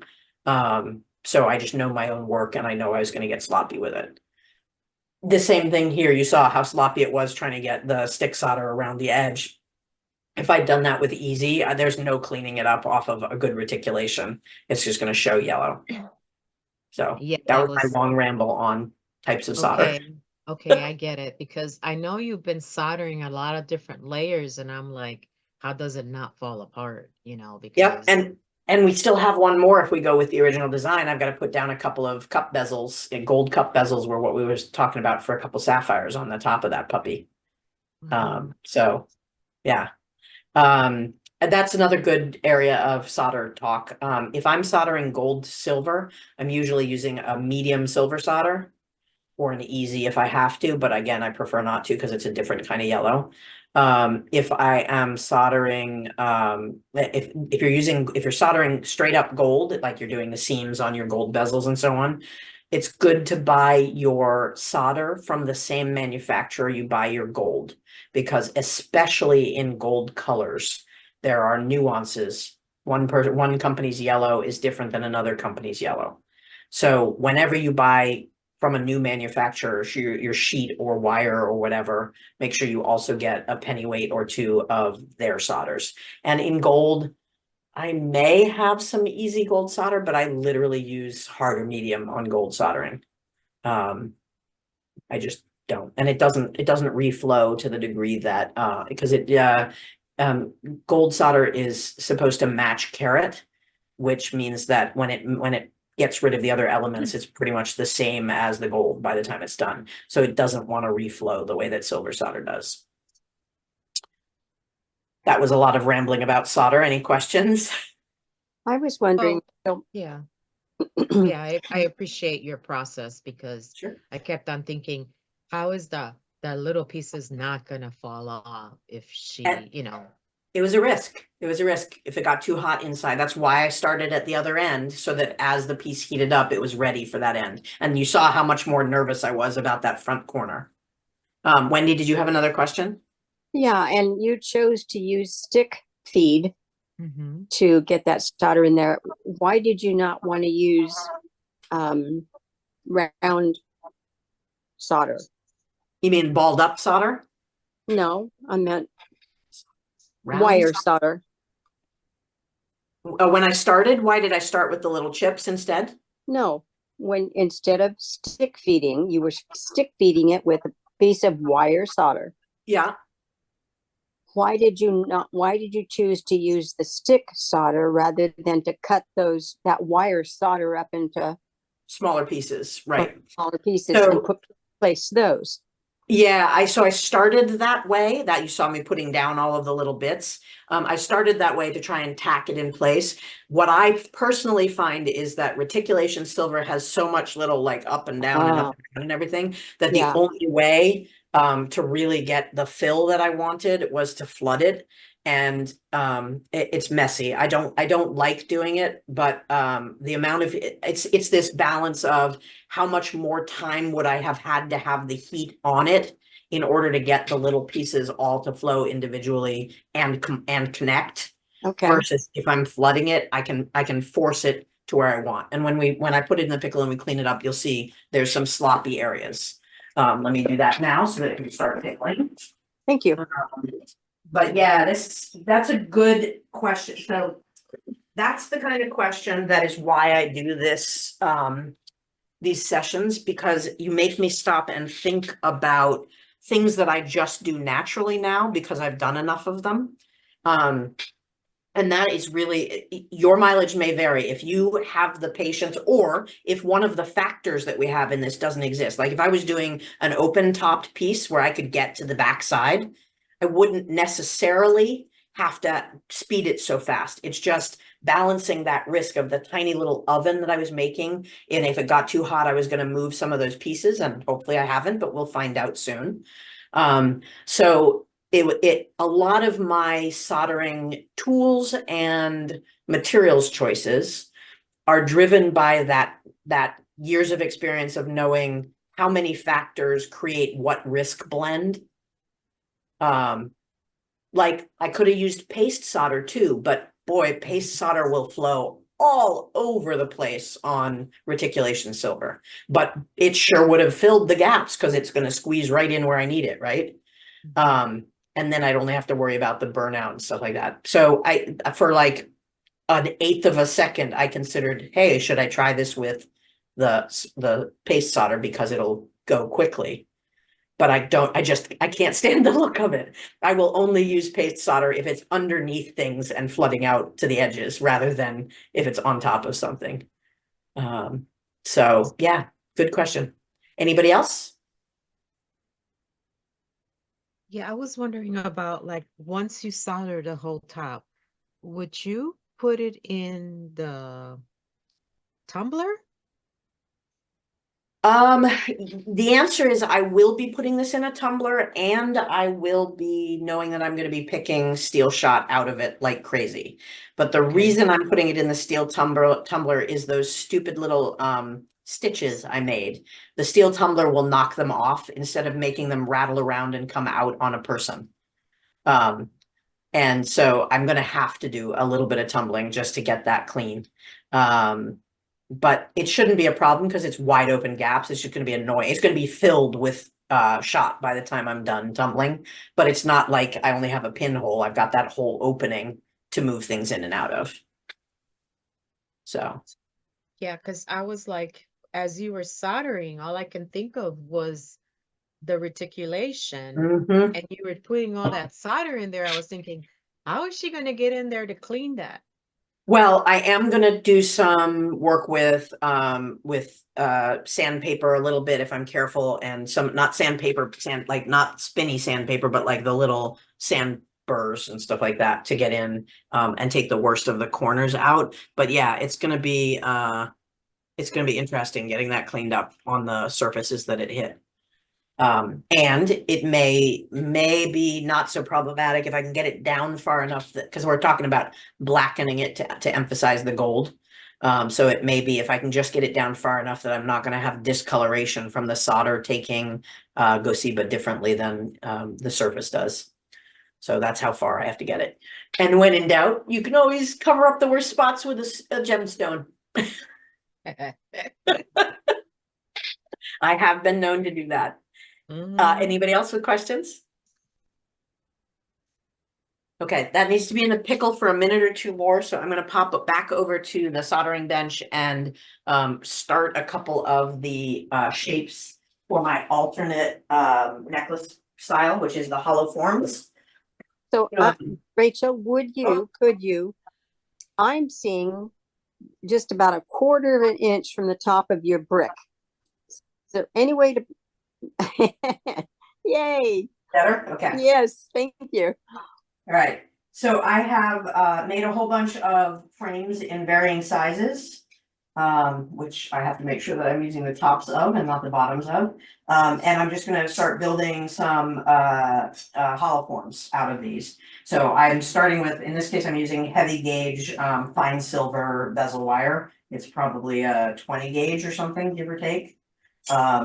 And I'm doing my backs first, just some pattern sheet. And I'm going to be using medium solder to put them down, having used hard solder to make my seams. And let me find my big guys. Go. And these are actually one of those situations where I might want to put down either nickels or wires or lift them up on the trivet or something, just because they're so big that getting a better flow underneath them will be useful.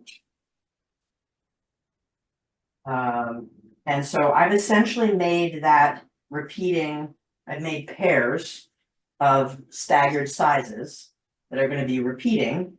And then I'll decide whether I'm doing a combination of reticulation and fine silver, maybe reticulation mixed in like as inset pieces. That's going to be two.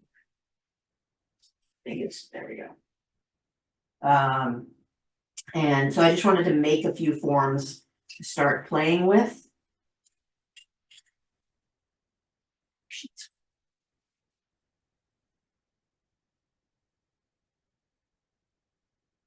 And when I'm doing this kind of hollow form construction, I tend to want to do a bunch of them at once. I started these and then needed to clean some stuff. I'm gonna have to check whether that one's the top or the bottom. Hairs. One. Oh.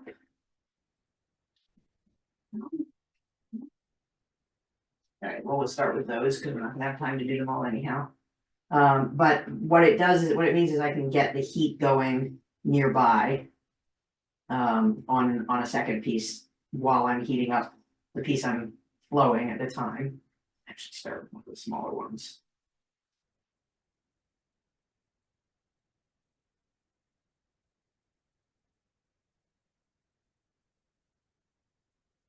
And this is uncommon for me to use the upright. I'm just not seeing where my other pieces are. Oh, I should have my zigzag things that I just got from Lion Punch. We're here. Let me go ahead and clean up my studio and I can't find a thing. Yeah, I'm missing a couple of my support tools. So I'm gonna stick with this for now. And on hollow forms in particular, because you're heating them pretty heavily over and over again, trying to use some prips if you can.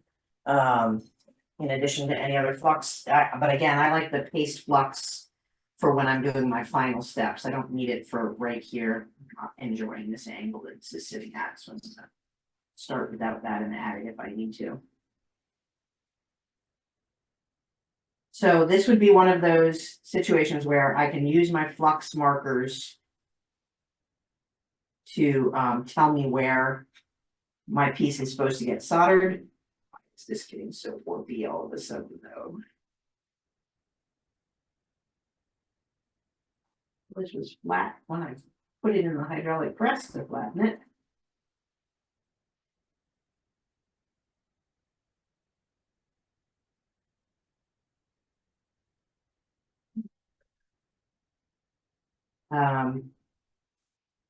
The flux marks will make more sense when we do the second layer of these, when we do the tops.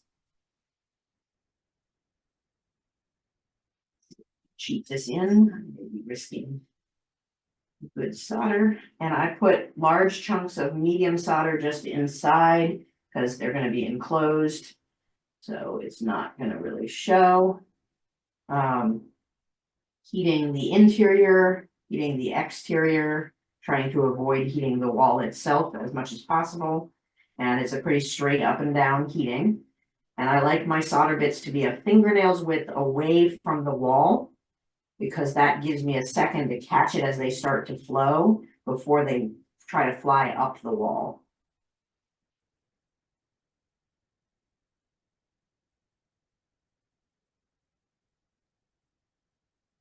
Now, bit of encouragement back down.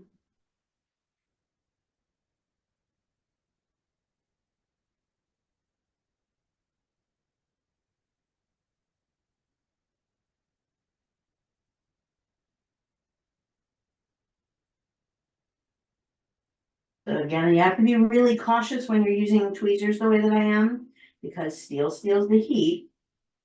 So we have to be careful that it doesn't melt through because I've got such concentrated heat. But when you've got a little tiny bit of lift or warp, as long as you're not trying to be very precise in fitting a stone, for example, if you have it as a bezel setting, you risk adjusting things more than you realized, and the stone won't fit thereafter.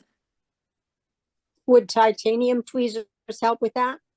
I have never been able to get titanium tweezers to have enough heft to help me push down the way that I want to. I in general tend not to like using titanium as a tool. I know the don't stick to things is a bonus, but I like steel. It's about knowing when to move it out of the way and when it's okay to use. It's looking partially done.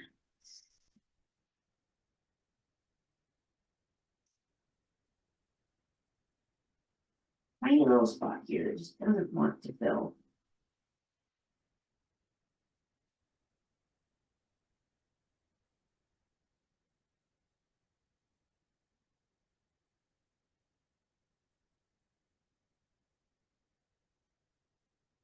The other thing to remember when you're learning soldering or you're improving your soldering is that even though fine silver looks like it's going to melt faster than sterling, sterling is the one that will melt first.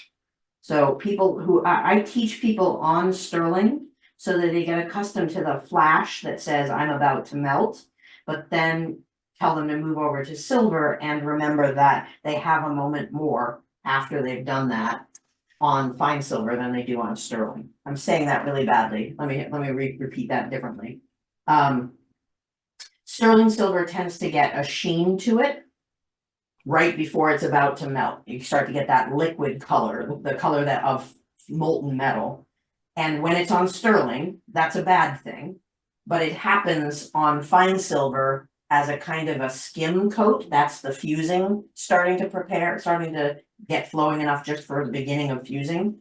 So that usually means you're okay on fine silver, or at least not okay, but you're not as at risk of a full meltdown. And so I tell people learn on sterling, and your instincts will cut in time for fine silver because you have more time on the fine silver than you realize. Whereas if you learn on fine silver first, you may think you have more time than you need, than you do before you get a melt out on the sterling. Hope that made any sense at all. That was wonderful, Rachel. I didn't know that. I mean, Yeah. Great explanation.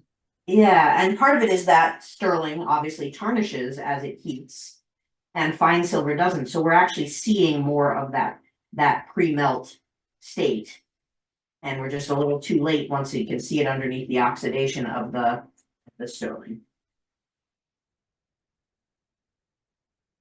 So one of the reasons I'm using this press down that I'm doing is it's just enough pressure on, especially on this fine silver, that it helps encourage the slightly warping frame to go where it needs to go. If I got any lift anywhere. Better still is that you have a really good flush setting, cleaned up lines everywhere you're going. But we all know that we're sometimes not filing as well as we think we are. Okay, number 2. So again, this is making a bezel at this stage of the game. The challenging part comes when you work the other direction and start capping things off. And then we're gonna have challenges of which stage, which operation is the greatest risk to your work. See if I can pick up my little clasp and empty out all the acid. Come on, guy. All right, I'm gonna bring this puppy back to our bench camera, which is our better camera. And we will take a look. Let's zoom in on this.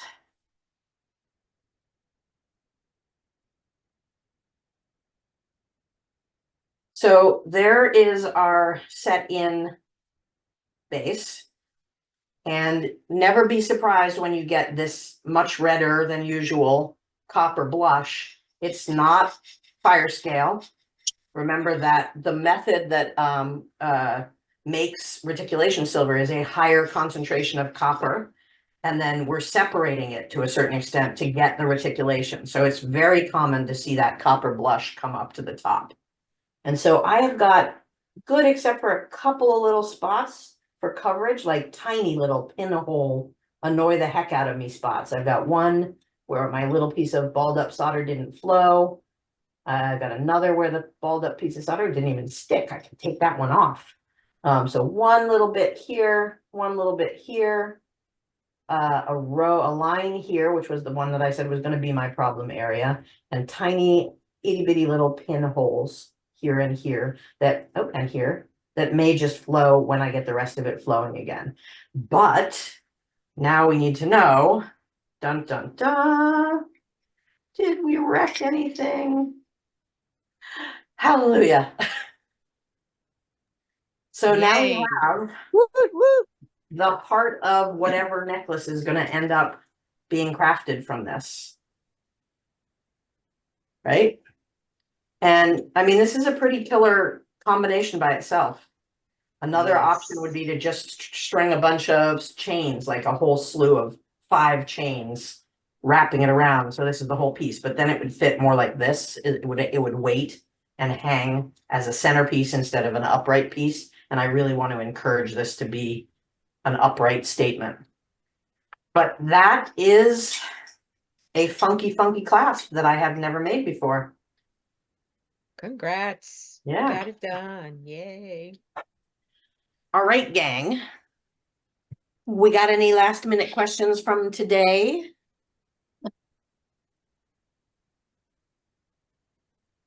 Okay. Oh. Any show things off now? Are Anybody you want to? gonna, are you gonna go back and fill that in during the month? Probably I want, because I'm feeling that my soldering is less than ideal today, so I'm gonna probably give myself a breather until I have a good solder day, because I really want to get in quick and back out. I may even try taking a smaller torch tip and really concentrating my heat along those spots. But yeah, I'm not gonna, I can tell already I didn't eat a good lunch and I need to get a little blood sugar up and stuff before I work on it, which is always a good thing. If you're having a really crappy soldering day, set it aside and do hammering instead. Guaranteed it'll get better action to do the hammering on bad soldering days. It's one or the other, right? Not gonna be both on any given day. Our next session will be what day? It's the 16th, I believe, October 16th. And I will, between now and then, be trying to make a bunch of the hollow forms to completion, but I will also leave several of them for us to work on, because I think I have 13 to make in order to, or something like that, in order to make the concept of this necklace that I'm talking about. Again, I may end up with the purple stones going with that version of it. What we're going to do is look at both options once I have enough components to sort of really lay it out and see what the weight of the piece does, how it's going to hang. Because I've sort of designed myself into a bit of a corner that I need enough support for this now rather consequential scale of piece, right? Both in terms of visual scale and in terms of the weight of it. It can't just be on something delicate. I would encourage you again to think about whether any of the things that I've been doing today are useful techniques for you. If you want to try and do an inset something, it doesn't have to be a hollow form. Could be a box top, could be something else. The stitching is useful for other things. We use it when we're doing a lot of different clasps.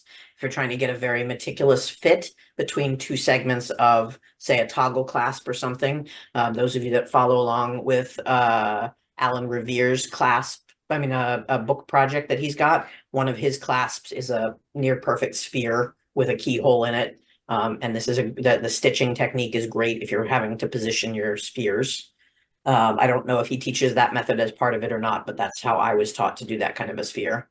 And the recovery from things, right? So we've had some exercises on this project in discovering partway through that what we thought we were designing was not durable enough.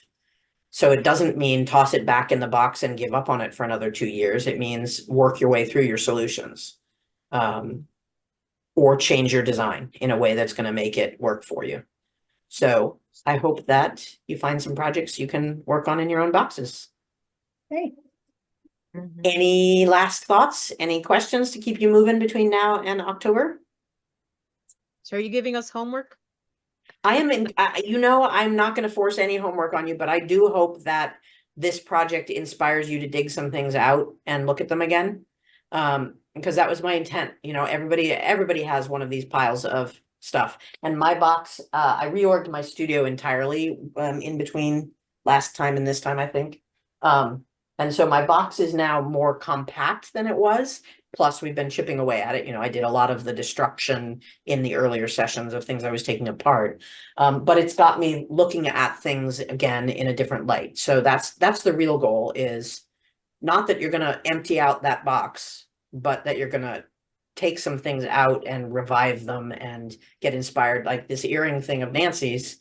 Great. If you now got a collection you can make out of it, you don't have to go back to your box until you're tired of doing the collection stuff. Your call, right? But it's more about getting some more practice in, and I mean practice not in the I'm practicing something, but in the keep your practice going kind of approach. So I will have this video up for you to review, and feel free to post questions as always on our very slow moving Facebook page. If you have questions, I'll try to answer them. We just don't have a lot of traffic on that page, so it's more for reminders. And I will see you in another month. Okay. Bye all. Thank you. Thank you. Thank you, Rachel. Great Thank you. session. Thanks. Be well. Bye-bye.